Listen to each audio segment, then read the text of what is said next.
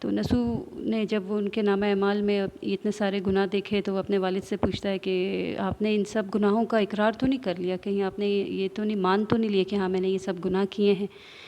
تو جیسے دنیا کی عدالت میں ہوتا ہے نا، ہم اپنے کیس کے لیے جو ہے وکیل، بڑے سے بڑا وکیل ہائر کرتے ہیں جو تاکہ ہمیں جو ہے اس جرم سے جو ہے وہ رہائی دلا سکیں اور ہم مجرم ثابت نہ ہوں۔ تو نسو اپنے والد سے اسی طرح پوچھتا ہے کہ آپ نے اگر اپنے جرم کا اقرار تو نہیں کیا ابھی تک؟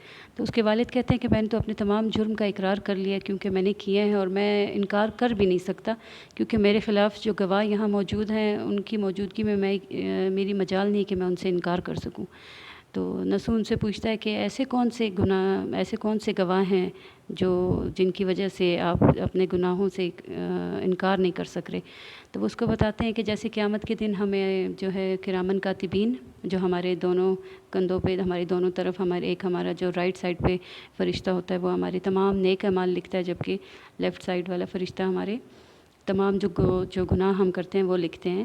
تو وہ نسو کو ان کے والد بتاتے ہیں کہ کرامن کاتبین میرے خلاف گواہ ہیں، انہوں نے میری زندگی کا ایک جو میں نے عمل کیا وہ ان کے پاس لکھا ہوا ہے، تو میں اس کے بعد کیسے انکار کروں؟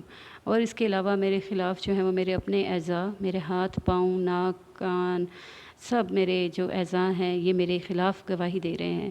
آج جو ہے قیامت کے دن بالکل ایسا ہی ہوگا۔ آپ جانتے ہیں کہ ہماری زبان نہیں بول سکے گی، زبان بند ہو جائے گی، اور ہمارے اعضاء جو ہیں یہ ہمارے خلاف گواہی دیں گے۔ ہمارے ہاتھ بولیں گے کہ ہاں انہوں نے یہ کام کیا تھا، ہماری آنکھیں بولیں گی کہ ہاں انہوں نے اس انسان نے میرے ذریعے مجھ سے یہ چیز دیکھی، یہ کام کیا۔ پاؤں بولیں گے مجھے یہاں لے کر گیا۔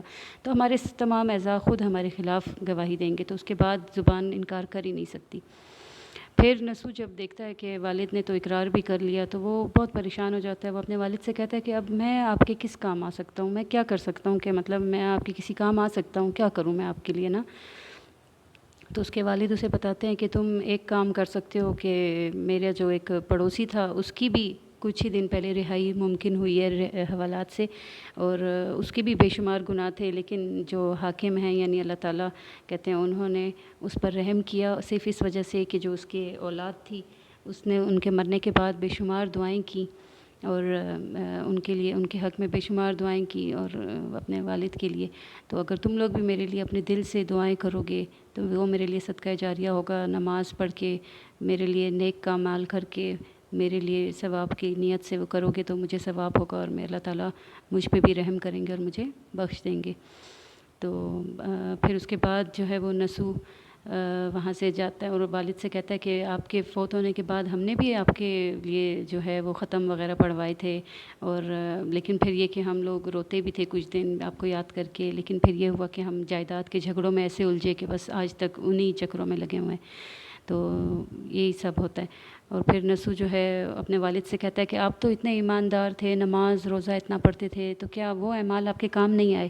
تو نسو کے والد بتاتے ہیں کہ وہی اعمال تو میرے کام آئے ہیں، لیکن میں نماز کیسے پڑھتا تھا، میں نماز شروع کرتا تھا اور ساری دنیا کے بھولے ہوئے کام مجھے نماز میں یاد آ جاتے تھے، میرا دھیان نہیں ہوتا تھا۔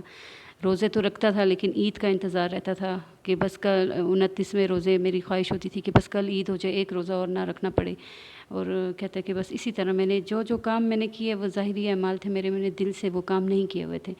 تو نسو جب یہ سب کچھ جانتا ہے تو وہ ایک دم چونک جاتا ہے اور اٹھ جاتا ہے، اور اس کی جو ہے وہ آنکھ کھل جاتی ہے، کیونکہ نسو یہ خواب دیکھ رہا تھا۔ خواب میں اس نے ایسا دیکھا کہ اس کے والد اس کو حوالات میں بند نظر آئے، اور وہ بالکل قیامت کا منظر۔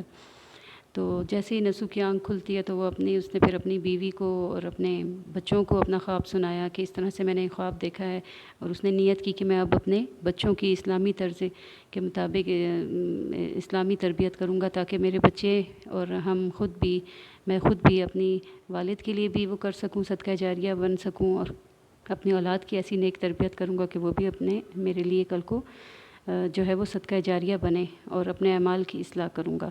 تو نسو نے یہ خواب دیکھا اور اسی کے متعلق یہ پورا لیکچر ہے، اور ان تمام سوالات کے جوابات میں آپ کو دوبارہ سے بھی سینڈ کر دوں گی۔ آپ اس کو لکھ کر کاپیز میں دوبارہ لیسن بھی پڑھیں اور سمجھنے کی کوشش کریں۔ جزاک اللہ خیر۔